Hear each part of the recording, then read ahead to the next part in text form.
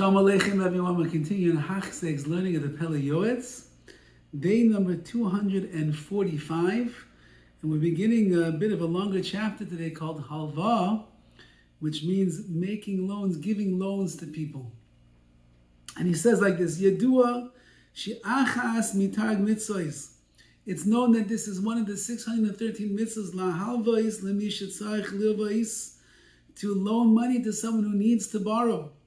Bein le'ani, bein lasha, whether the person is poor or whether they are rich.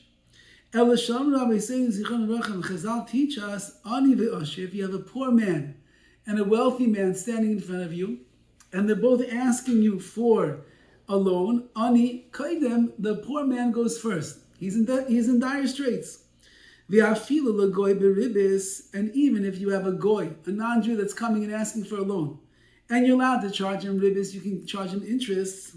Well, the Yisrael bechinam, and a Yisrael, a Jew, is also asking for a loan, and by him you cannot charge interest, so you're not going to get back any value in return.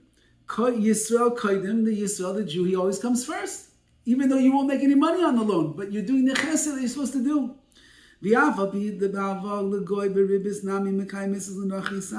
Even though that according to the way the Rambam learns this halacha, that when you loan money to a non-Jew with ribis, with interest, you're actually fulfilling a mitzvah of taking ribis from the non-Jew when you loan him money.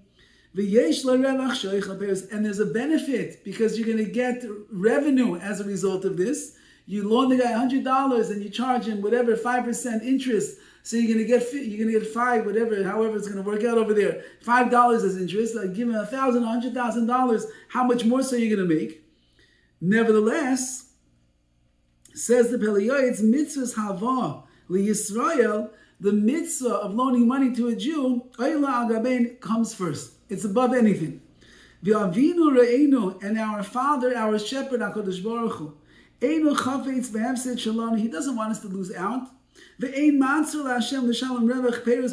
there's nothing holding Hashem back from giving us benefits of in this world and revenue in this world, kifloim, even double than the non-Jew would have given you if he borrowed the money with interest and paid you the interest. Meaning, says the Pele Yoetz, what are you worried about? Who's in charge of the money in this world? HaKadosh Baruch Hu is. So you have a Yid and a Goy that want to borrow money. If you loan money to the non-Jew, you're going to get back interest in return. You're going to make a lot of money. If I give to the Jew, I'm not allowed to charge interest. I make no money. Says the Pele Yoetz, don't worry. The Rabbi runs the world and nothing is holding him back. And he can give you twice as much of money for loaning the money to the Jew. You'll get that money from someplace else. Something else in your business is going to come through. Even more so than you would have made if you loaned the money to the non-Jew and you received ribis, you got interest. And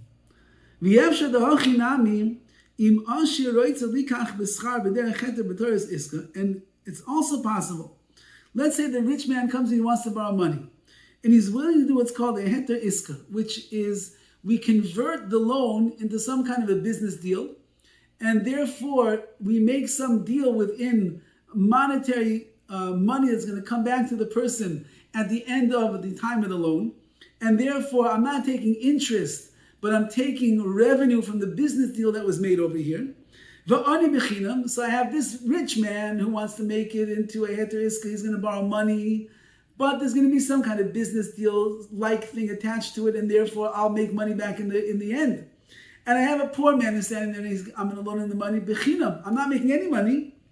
The poor man comes first. All the more so him. Because to take money from a Jew, there's no mitzvah. Even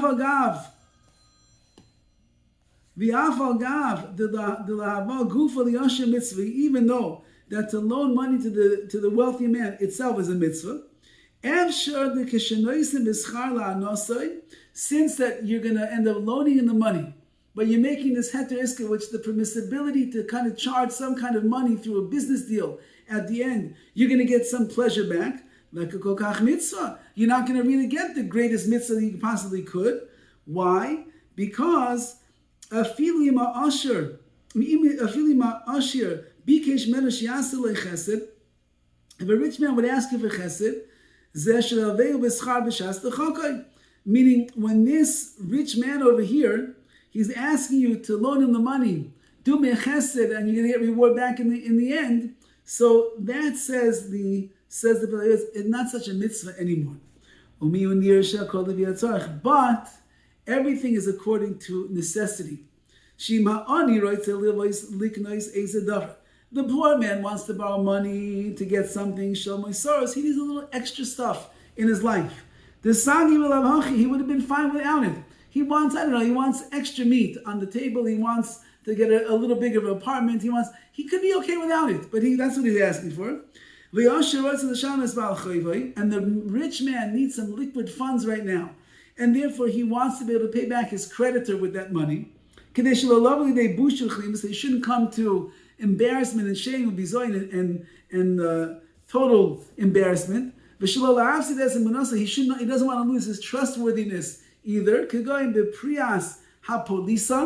example, if the police come and ask him for a certain amount of money and he can't pay them, so they're going to come after him.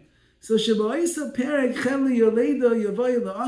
that moment, the birth pangs are coming to the poor man, meaning the rich man, meaning that he's in more struggling times than the poor man at that moment.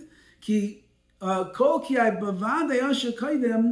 this case, the rich man comes before the ani. He's considered to be a poor man at this time, more than all of the ani, more than all the poor people that are there. So it says about Yoetz, you have to weigh the situation. Even though that to loan money to an ani, to a poor person, first and foremost, usually comes first, sometimes the usher, the rich man over here, he needs it for a certain particular situation, and it could very well be that he's considered the poor man at this moment in his life. Have a wonderful day. We have a lot more to learn over here about halva, about loaning money, and the Mitzvah Hashem will continue tomorrow. All the best.